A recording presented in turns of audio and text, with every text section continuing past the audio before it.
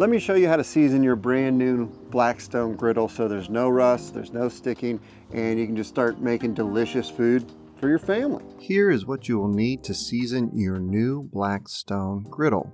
Some metal tongs, paper towels, cooking oil, and a 1 tablespoon measuring spoon.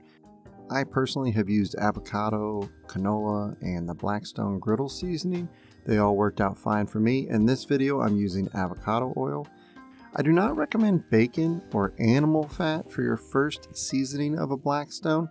The animal fats can cause chipping and brittleness and flaking, especially if your griddle sits unused for a while, like you only cook once a week or maybe you take it camping.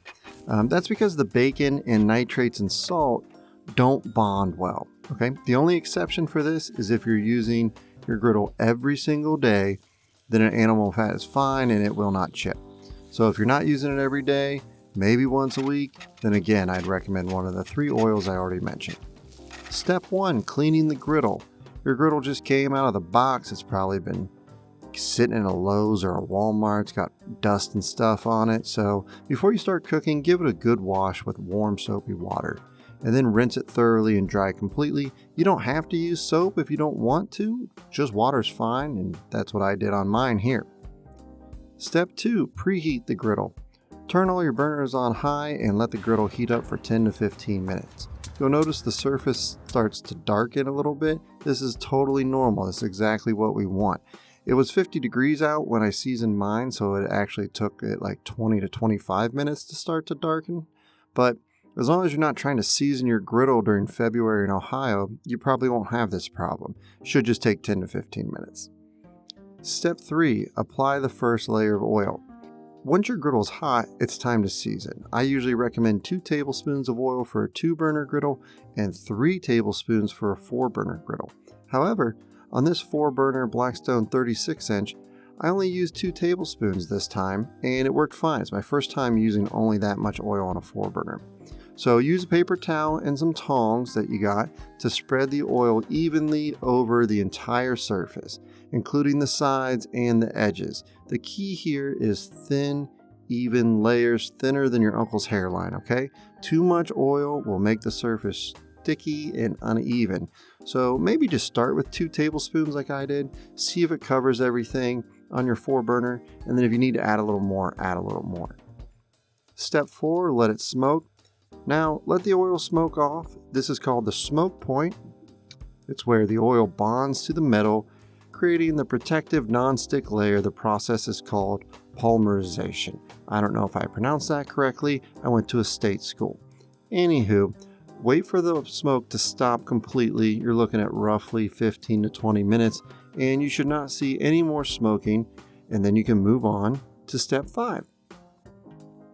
Step 5, repeat 3 to 4 more times by burning off oil.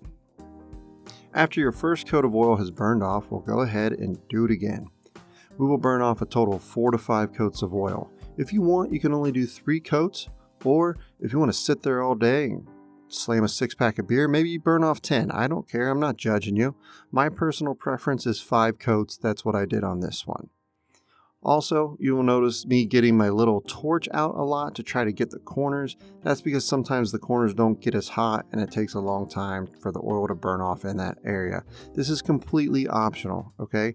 I am only doing it because I have all these barbecue toys and a very understanding wife who lets me buy all this crap.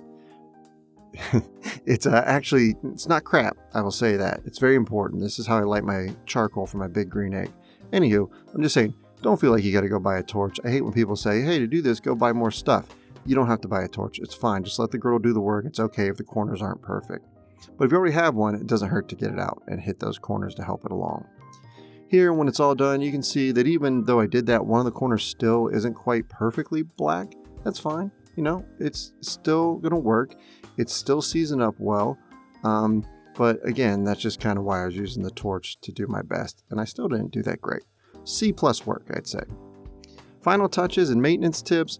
After you burn off that last coat, you can turn off your griddle and let it cool a bit. Then add another protective layer of oil and it's ready to go. The last layer of oil isn't getting burnt off, it's just there to protect it from rust. You want to add this layer after almost every cook, okay? So after you clean your griddle, from cooking on it. Scrape it down water, then you'll turn it off, add some oil, and again, you want to keep this as thin as possible with the oil. Now that you got it seasoned, I recommend making an onion bacon smash burger. I think the onions and then the bacon really kind of set the seasoning in my opinion. It's what I like to do with the new griddle. And let's be honest, you bought this thing to make some smash burgers, right? Who doesn't want to make those? They're delicious. Also, I have on your screen a beginner Blackstone playlist for any new owners that goes over, cleaning, temp control, other new cooks, everything you need to know, common mistakes to avoid. So either watch that bacon onion smash burger or save this playlist for future reference. Thank you so much for watching. Have a good one and keep on griddling, friends.